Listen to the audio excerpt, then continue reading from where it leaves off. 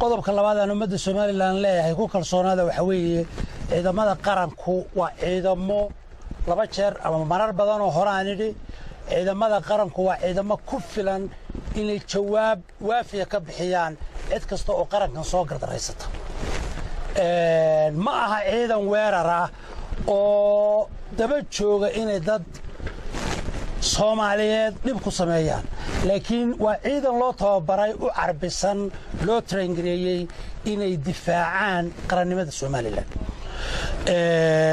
sida aad wada ogsoontihiin marka xuduudihii qaranka Soomaaliland la eego ciidanku meeshu ku dagaalamaya 60 kiiloomitir ayaa waxay ka sii xigaan bari ama laamiga meesha maanta ciidanka qaranka lagu dagaalamayo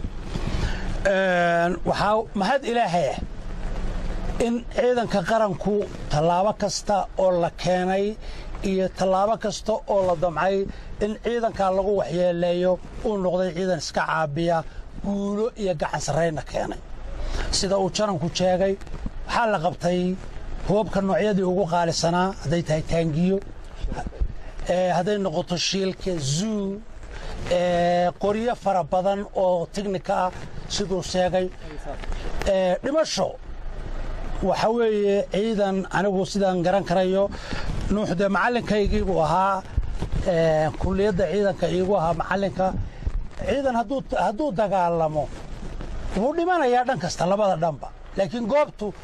iyo waxa weeye dagaalku yaa goobtii helay yaa guulaystay yaa qabsaday yaa dhimasho badan yaa goobtii laga kiciyay intaaba ciidanka qaranka ayaa haleelay marar badanna horaan u idhi ummadda Soomaaliland waxaan leeyahay meel kasta ay joogto kalsooni ku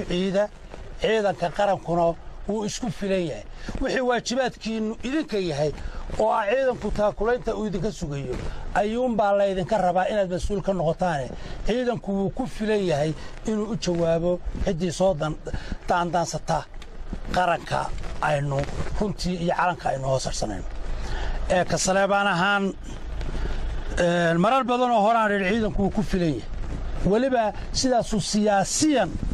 deegaanada iyo dalka ku hogaamiya inuu tii siyaasadana qaato oo maamul fidinta iyo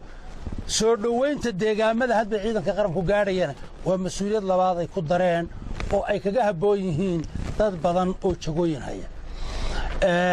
dhammaan ummadda Soomaaliland meel kasta ay joogto waxaan leeyahay anigoo janankii ag fadhiyo ciidanka qaranku wuu ku filan yahay in uu qarankan ka difaaco cid kastoo soo weerarta idinkana waxaa la idinka rabaa waajibaadkeeda waa laga yaabaa dad badan oo aan war hayn marka la yiraahdo ciidankii qaranka lagu dagaalamay ama ciidankii qaranka dagaalamay inay u baahdaan in loo ashuur gareeyo ama ay helaan kalsooni ay ku seexdaan habeenka meesha xaaladdu marayso xaaladdu meesha ay marayso insha Allah waanu idin la soo socodsiin doonaa hadaanu nahay xukuumadda Soomaaliland ciidanka hiil iyo hooba waa la garab taagnaan doonaa